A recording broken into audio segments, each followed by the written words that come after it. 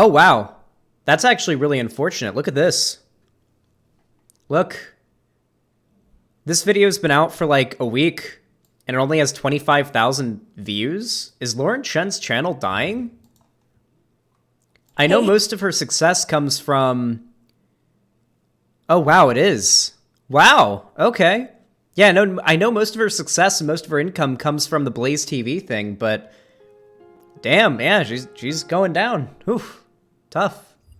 All right, she made a 9-minute video called "Black People First," says healthcare officials. So I assume this has something to do with the vaccines, and apparently, if I were to guess, it has something to do with like people in low-income areas, which typically tend to be non-white, needing to get the vaccine.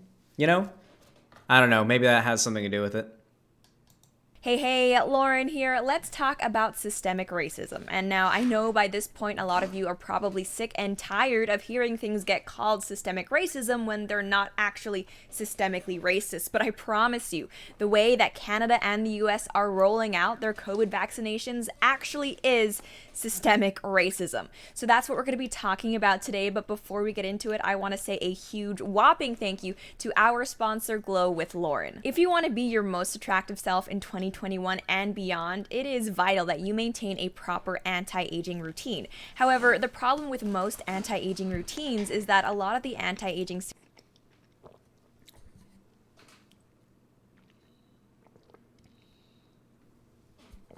What, are there no mods in chat? I just want to eat my tendies. IP ban doesn't work, Vermin. It's just normal ban.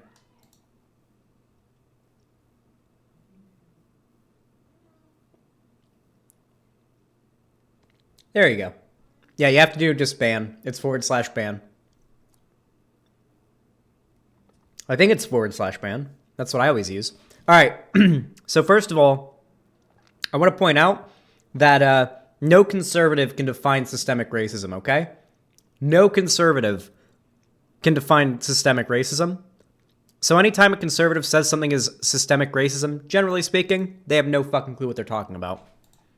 A huge question to answer is who goes first, because unfortunately in countries like Canada and the US, there are not enough vaccines available to keep up with demand. And predictably, a lot of people have argued that those who are most likely to die from COVID, like the elderly and those with underlying health conditions, should be the ones to get vaccinated first. And after those vulnerable populations are taken care of, maybe... This isn't smart. The groups we should be vaccinating first are the groups that are more likely to spread it. I'm talking healthcare workers, which are already the top priority, essential jobs, and stuff like if you're a cashier at a store, or you're at jobs where people are seeing a lot of people handling money, stuff like that. These are the jobs that should probably be getting the vaccines first. Not necessarily like teachers and stuff like that. Yeah. Not necessarily people who are more likely to die from it, but those that are more likely to be exposed to it.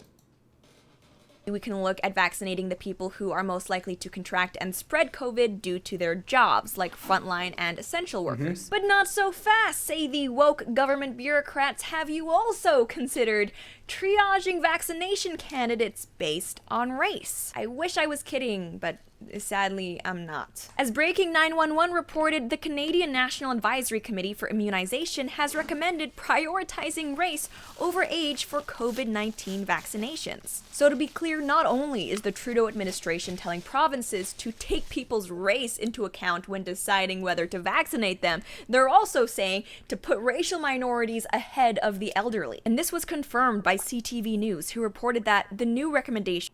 This actually makes complete sense. From a medical perspective, people who are not white, typically speaking, are at higher risk of catching and even dying from COVID due to the fact that they are typically working class and have to work jobs that are more likely to cause them to come in contact with the coronavirus. And because they're working class, they're less likely to have access to decent health care, like decent attention from healthcare professionals. And on top of that, when you consider older people, typically, they're probably not working. They're in a position where they can probably stay home and keep away, quarantine from people that are sick. So yeah, you want to get groups that need the vaccine more, the vaccine. From the federal government prioritize racialized adults from groups disproportionately affected by the pandemic ahead of some older, non-racialized people. The term racialized group is somewhat of a new one to me, but if I had to guess, I would say that it includes black and brown people, but not white and Asian people, especially not Oriental Asians like Koreans, Japanese, and Chinese. You see, Oriental Asians are kind of like Schrodinger's minority. We sometimes count as white, sometimes count as non-white, depending on what the situation is. And at this point, in case any Americans are sitting back laughing, saying, "Oh, you crazy Canucks, when will you learn?" Bad news, this type of thinking has infested America as well. In fact, several months ago, in an article titled "The Elderly versus..." Oh, this is funny. I'm glad she brought this up.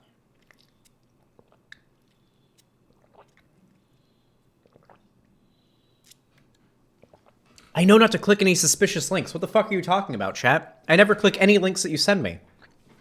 Why do you keep spamming that? It's actually funny. One of the big reasons why we differentiate what the fuck? Differentiate between the types of racism faced by, let's say, Asian Americans and African Americans is because nowadays, for the most part, there isn't much in the way of systemic racism directed towards Asian Americans. They're typically better off, financially speaking, due to a variety of reasons I could get into, or, they're typically just not targeted by the police and so on. However, I do think this is important to point out. This is very important. Ever since coronavirus,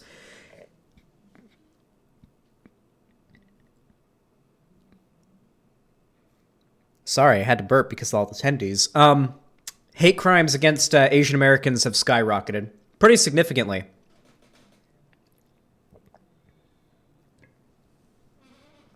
That's not true, Lamau. It's just model minority shit. No, from my understanding, Vermin, a significant amount of Asian Americans are immigrants. And typically when you immigrate from like a place, in Asia or whatever, you're more likely to have more money.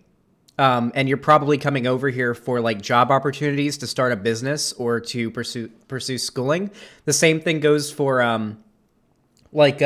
if you're a black person from like a country in Africa and you come over to America, chances are you're going to be richer or more well off than even like the average white person in America because you had the money, resources, and everything to come over to America in the first place.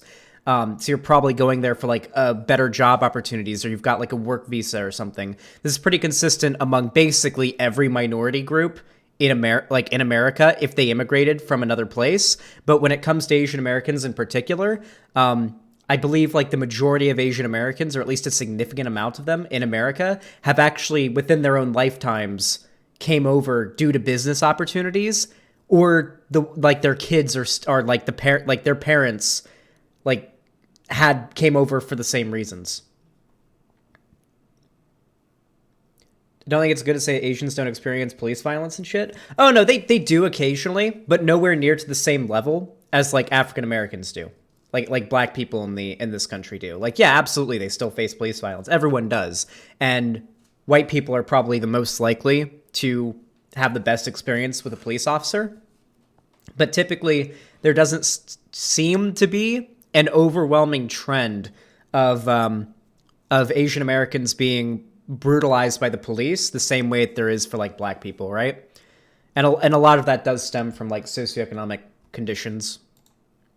Essential workers who should get the vaccine first. It was reported that Harold Schmidt, an expert in ethics and health policy at the University of Pennsylvania, said that it is reasonable to put essential workers ahead of older adults given their risks and that they are disproportionately minorities.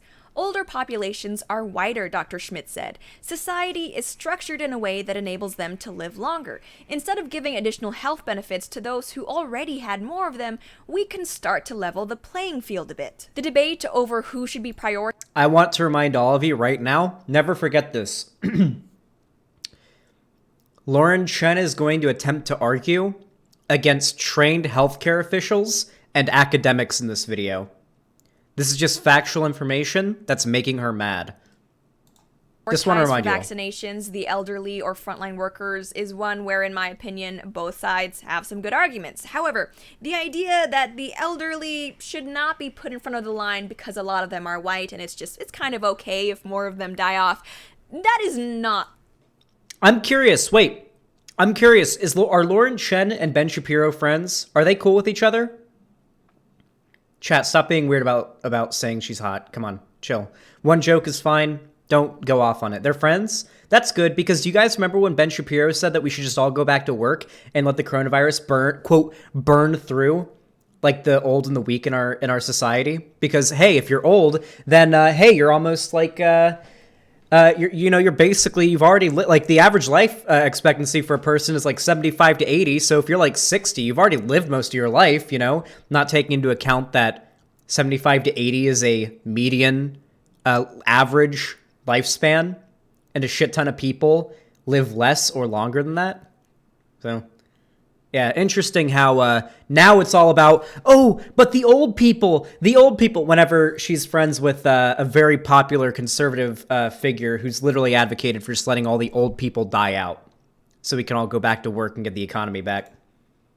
One of the good arguments. Apparently, the proper way to shut down all of those Corona Karens who keep accusing anyone who wants lockdown to end of wanting to kill grandma is just by assuring them that it's okay if we kill grandma.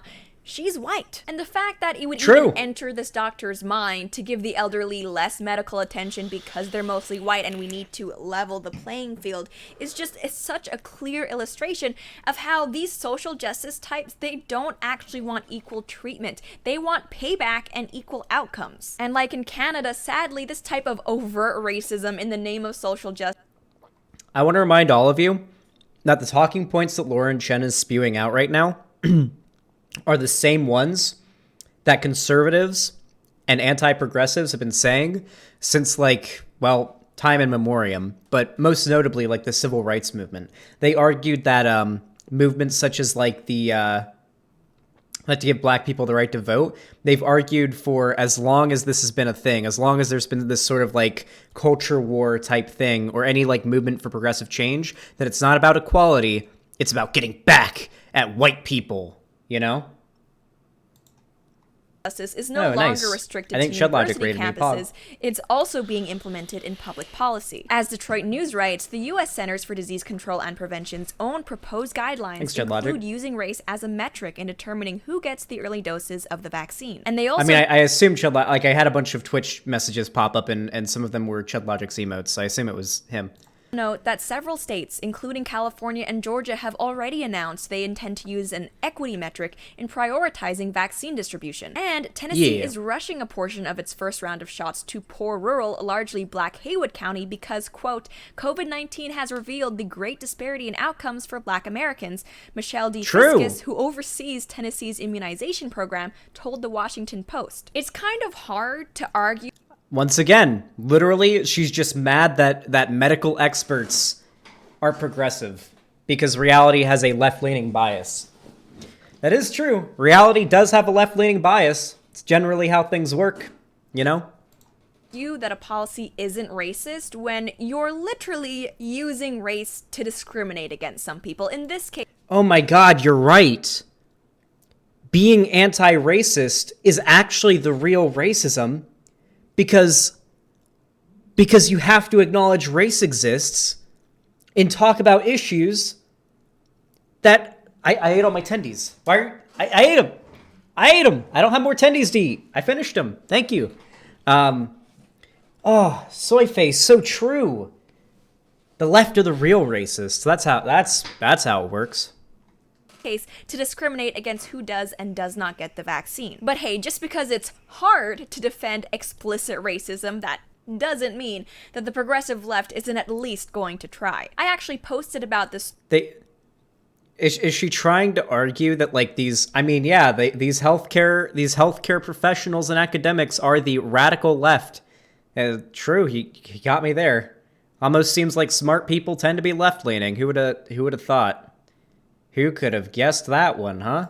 Story on social media and received some interesting responses that I wanted to address with you all. As the user Love Really Is the Answer wrote in defense of racial screening processes for medical treatment, no, it's based on data. True. Blacks and Latinas are at much higher risk of dying from COVID according to research. My guess is they are trying to prioritize vaccination based on risk assessment. Part of that statement is true. Non-white people right now are more likely to die from COVID than white people. As Detroit That's not necessarily what makes the big difference. The most important thing to keep in mind is that non-white people are also more likely to be working class and thus being frontline workers, doing things such as working at stores and at like cash registers, food, customer service, things like that, where you're more likely to encounter more people and thus being more likely to spread it. And that's even putting aside the fact they're more likely to die from COVID or experience some more severe symptoms due to the fact that, well, they might not have enough money in order to pay for healthcare treatment, right? And any kind of treatment. So yeah, no, it's not just that they're more likely to die. It's also that they're more likely to spread it if they get it because they're around people all the time because they don't work jobs that would allow them to stay home and sit on Zoom and do meetings, you know? A lot of young nurses right now are Filipino. Neat. News writes, according to the CDC, people of color are about 3 times more likely to die from COVID-19 than their white counterparts. All right, so... Do Americans get free COVID vaccines? I actually don't know. I haven't even attempted to get vaccinated because I'm like bottom of the barrel in regards to who needs to get vaccinated. Like I'm fine if I get the vaccine last, okay? Like I stay home all day, I stream, I'm fine, okay? I'm fine if I get the vaccine last. I'm not even like trying to figure out where nearby I could possibly get one, you know? But yeah, apparently it has to come in like multiple doses, by the way. Like, isn't it like a dose, like you get the first dose, then like a second, then like a third? I don't think it's just like, I don't think it's like you just get a shot and you're good. I think you have to come in like multiple times and get it, right? It's 2. Okay, thanks, Vermin. Yeah, I haven't really looked into getting the vaccine because I don't need it right now. There are shit tons of other people that need it. And even if I did get COVID, I would probably be okay. Much more so than the average, like, more lower income person would. Although to be fair, I probably couldn't afford a hospital trip. Actually, no, okay, I should probably change that. I could not afford to go to the hospital right now. I couldn't afford an ambulance ride right now, to be fair, but I probably wouldn't need it. That's my main point. Like, if I got COVID, I would probably not have to go to the hospital. And I probably won't even get it anyway, just because I stay inside all day, streaming and stuff. Case closed. Non-white people are in fact more likely to die from COVID than white people, so let's just prioritize non-whites over the elderly. Sound good to everybody? However... Aren't you rich? What do you mean you can't afford it? Dude, how much money do you guys think I make? I make like a teacher's salary.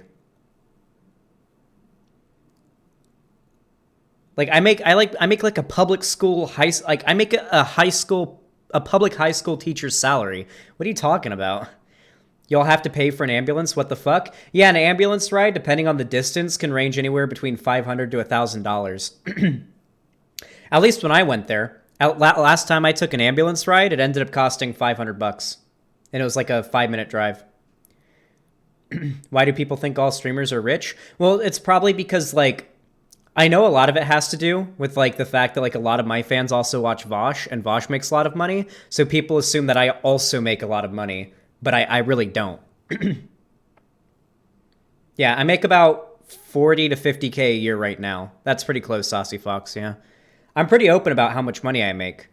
I make about 40 to 50K a year.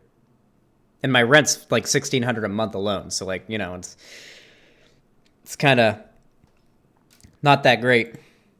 However, as the CDC also notes, elderly Americans, i.e. those over the age of 85, are 630 times more likely to die than those aged 18 to 29. So if you want to argue that those who are most likely to die from COVID should be the first ones getting the vaccine, which I think is actually a good idea, it makes no sense to... No.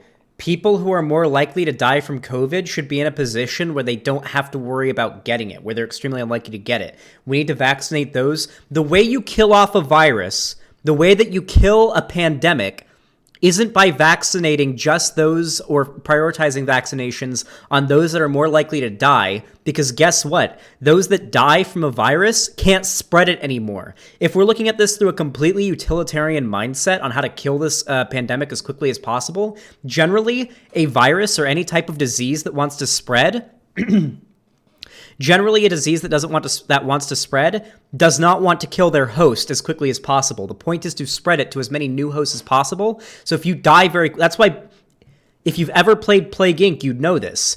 You can't let your virus or your disease be too deadly.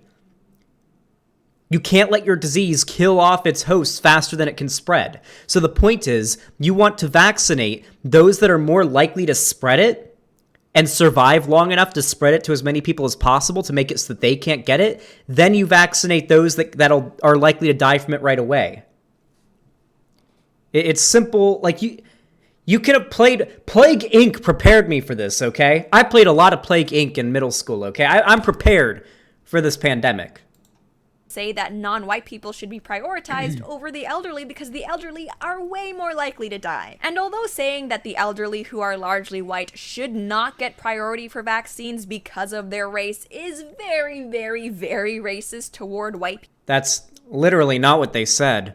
They said that lower income people, particularly people who are non-white, that are more likely to work frontline jobs should get the vaccines first and be prioritized.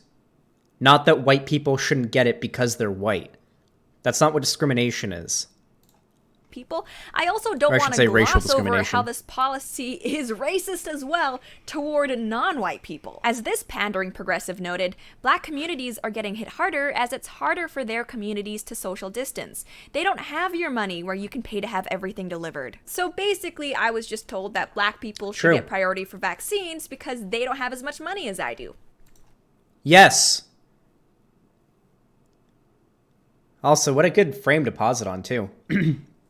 Yes, exactly. If you're a well-off white person who can afford to get their groceries delivered and can afford a hospital trip if you get sick, then yeah, you probably don't need the vaccine as much as people that work at like a grocery store and have to go out to get their groceries or buy food in person, making them more likely to come in contact with people that will give them COVID.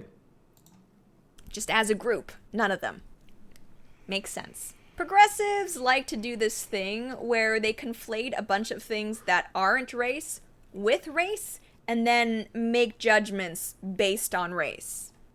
By that, she means healthcare professionals and epidemiologists that are assessing what the best way to distribute vaccinations. That's what she means. Not progressives. Epidemiologists and healthcare professionals assessing the best way to end this pandemic and distribute vaccines. I.e., they're racist. It is true that black people are more likely to be frontline workers and therefore more likely to come in contact with COVID than the average person. And it is also true that on average, black people tend to have more underlying health conditions like obesity that might make them more likely to die from COVID. Now, as we have seen... This is actually true. Have you guys ever heard the saying that being poor is expensive? Hypers, if you ever heard that before. Being poor is expensive. So this extends to issues such as like cheaper food and cheaper products typically in the long run, resulting in you having to pay overall more money like in the long run. Like let's say, for example, you're very poor and you want to buy like a new pair of shoes. A good pair of shoes that might last you 20 years before it starts falling apart on you. That could cost so much money that you can't afford to buy it because you need to save money that month to buy food for your kids, right? So instead you buy like a $10 pair of shoes. A $10 pair of shoes that's going to be worn out and destroyed in a year. So you have to buy another $10 pair of shoes a year later. Overall, it costs more money and it's more expensive to be poor than it is to be rich. With that said, this extends to diet. Unhealthy food is typically cheaper and easier to prepare than like more expensive food, right? Like if you want to, if you're like a low income family, what are the chances that you can afford to buy like nice, healthy food for your kids to go to school that day? Or you even have time before you have to work your 2 jobs to make some like healthy food for your kids at lunch that day or for yourself for when you're going to work? Or are you just going to buy some chips to stick in your bag? Or maybe pick up some like fast food on your way to work because you don't have time to sit down and like make like, I don't know, some healthy meal. Unfortunately, poor people are in a position where it is most convenient and sometimes the only option to eat quicker, fast food or unhealthy food. That's why a lot of lower income areas have a higher rate of obesity or other underlying health conditions. It's a really big issue. I highly recommend researching it more. It's actually very, very interesting. It's almost like our society is built to keep people down if they start out down and like poor. It's called food desert. Yeah, I think that's the term, yeah. Progressive looks at that data through their racial lens where everything is about race and decides that, oh yeah, we should just vaccinate black people. And to be clear, there are ways, if you are poor, that you can get through this, right? You can just, instead of buying like a bag of chips at the store, buy an apple. But still, right? Like, we also have to consider, like, realistically what the likelihood of people, like, logically speaking, psychologically speaking, for most people, what do you think someone's more likely to buy when they go to the grocery store looking for food? You think they're going to buy like 10 apples to eat for a snack or some bags of chips? You know, it's pretty, you can also reason through this psychologically speaking. I'm not going to the store and buying an apple when I have an option between apples and chips. Yeah, also, apples expire. That's true. Like, if you have like a little bit of extra money right now and you're a low income family and you're looking to buy snacks for your kids for the next 2 weeks of school, you're probably just going to buy like a big bag of chips for like $5 rather than 10 apples for like $8. Because those chips that you plan to be your kids' like snack for lunch or whatever for the next like 2 weeks don't go bad. At least not anytime soon. Do chips even go? If you get like bags of like Lay's potato chips, do those ever go bad? If you don't open them? Is that... Do they ever go bad? Like if you never open them? They do? In like 2 years? Really? Eventually, and eventually, of course, they would go bad, but like, it would have to take so long, right? I assume they're vacuum sealed, or they're not vacuum sealed, but they're like, it's a closed environment, and they don't really seem like a type of food that would go bad. Yeah, they go soggy. Wouldn't they go? Well, if they're in the bag and you don't open it, they wouldn't get soggy. They would get like stale, right? They would get stale and like really like kind of gross. People first, then that makes sense. But no, that's not a good idea, and actually that's a very bad racist idea, because under a policy like that, a healthy young black person who is not a frontline worker, those do exist, guys, would get vaccine priority over a slightly older frontline worker who is white and might even have underlying health conditions. It's almost as if... I don't think that's a thing that would occur on any significant level.